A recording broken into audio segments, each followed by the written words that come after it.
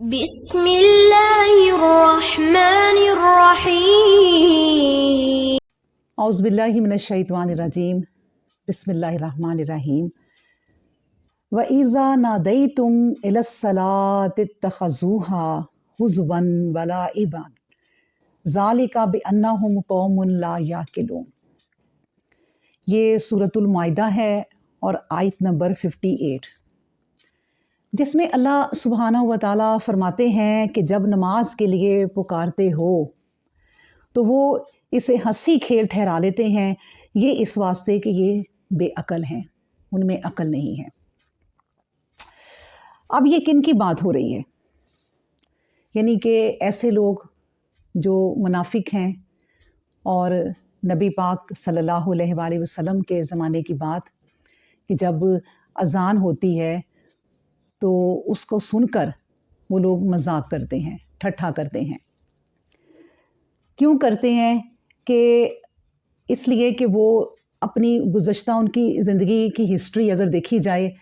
تو یہ لوگ وہ تھے جو اپنی جاہلیت کے زمانے میں جب طواف کرتے تھے تو ننگے ہو کر طواف کرتے تھے، اور سیٹیاں بجاتے، تالیاں بجاتے، منہ سے آوازیں نکالتے، ہوا نکالتے، اس طرح کے یہ لوگ تھے۔ اور ظاہر ہے یہ ان کے آباء و اجداد کرتے چلے آ رہے تھے، تو وہ ان کے لیے اس کام کی یہی دلیل کافی تھی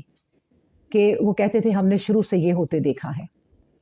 تو جب اللہ تبارک و تعالیٰ نے کہا کہ نماز کے لیے پکارو،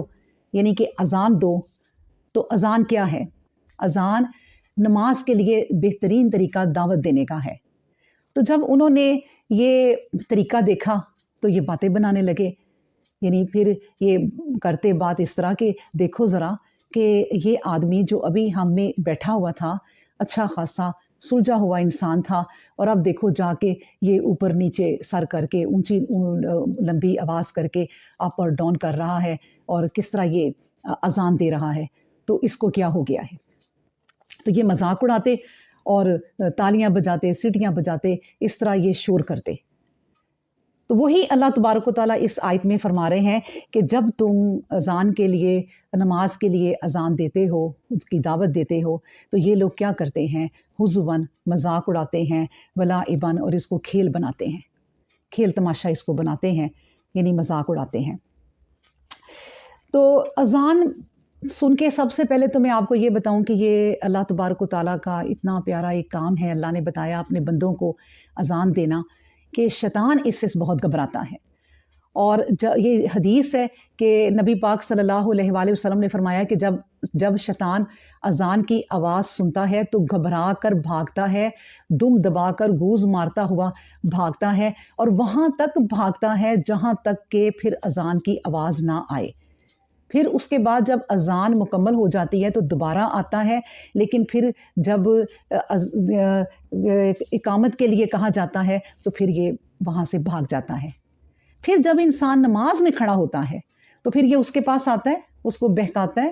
اس کو بھولی بسری باتیں یاد کراتا ہے کہ بھائی ذرا فلاں بات یاد کر لو، فلاں بات یاد کر لو۔ تو وہ انسان جو ہے، وہ عورت ہو یا مرد ہو، وہ اسے باتیں یاد آتی ہیں، یہاں تک کہ وہ اپنی رکعتوں کو بھول جاتا ہے۔ تو پھر اس کے لیے بھی نبی پاک صلی اللہ علیہ وآلہ وسلم نے فرمایا کہ 2 سجدہ سہو کر لیا کرو، اور جب سجدہ سہو کرتا ہے انسان تب بھی وہ بھاگ جاتا ہے، تب بھی سر پٹتا ہوا وہاں سے وہ بھاگ جاتا ہے۔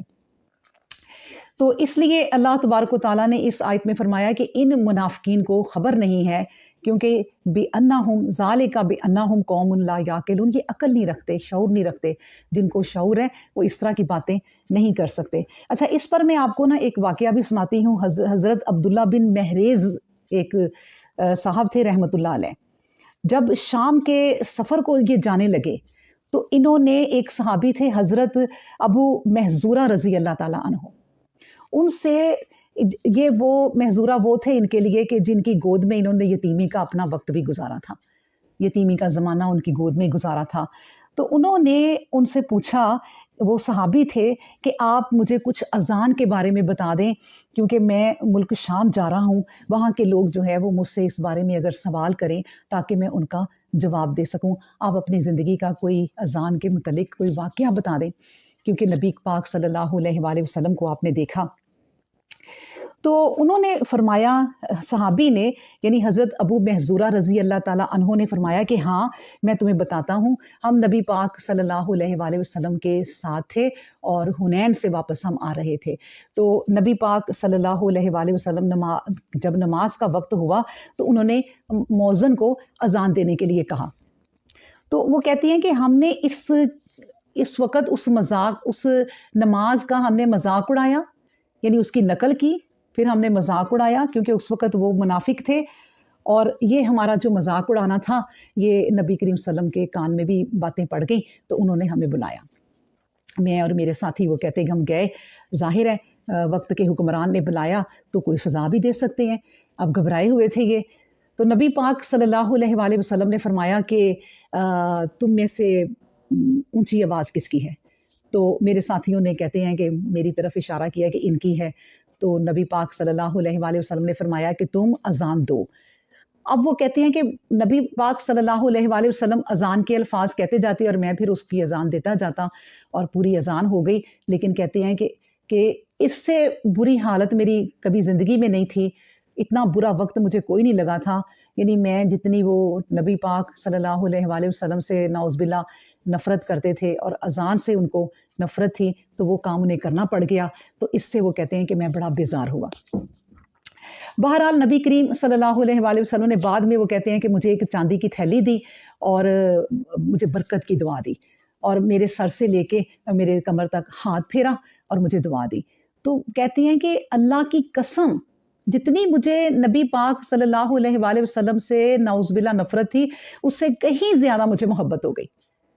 اور میں اتنا اس اذان کا بھی شدائی ہو گیا کہ میں نے نبی کریم صلی اللہ علیہ وآلہ وسلم سے کہا کہ مجھے مکہ کا مؤذن بنا دے۔ تو آپ صلی اللہ علیہ وآلہ وسلم نے وہ کہتے ہیں میری درخواست قبول کر لی اور مجھے مکہ کا جو ہے وہ مؤذن بنا دیا۔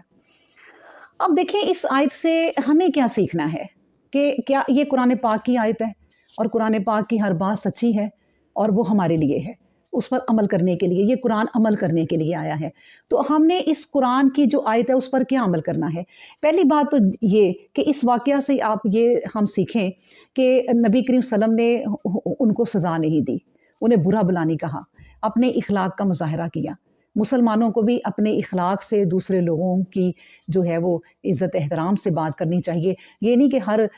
جو ہے وہ بات لڑائی جھگڑے سے ہی شروع کرنی چاہیے۔ جیسے کہ اب بدقسمتی سے ہمارے جو ہے وہ اتنے فرقے بن چکے ہوئے ہیں کہ ایک فرقہ دوسرے فرقے کو، وہ دوسرا اس کو اس طرح برا بلا کہتے رہتے ہیں، اور اس کی مسجد میں نہیں جانا، اس کی مسجد میں نہیں جانا۔ تو بات کیا ہے کہ جس مسجد میں بھی اذان ہو رہی ہے اللہ کے گھر کی طرف دعوت دی جا رہی ہے، ایک تو یہ بات۔ دوسری بات یہ کہ اللہ تبارک و تعالیٰ نے اس آیت میں جو دعوت دینے کا حکم دیا وہ سب کے لیے ہے، کوئی مولوی حضرات کے ذمہ یہ بات نہیں لگ گئی، وہ دیتے ہیں، بہت اچھی بات ہے، یہ بڑے اجر اور ثواب کا کام ہے۔ اور نبی پاک صلی اللہ علیہ وآلہ وسلم نے یہ بھی فرمایا کہ جو اذان دیتے ہیں مؤذن، ان کی گردنیں جو ہیں وہ قیامت کے دن دوسرے لوگوں سے اونچی ہوں گی۔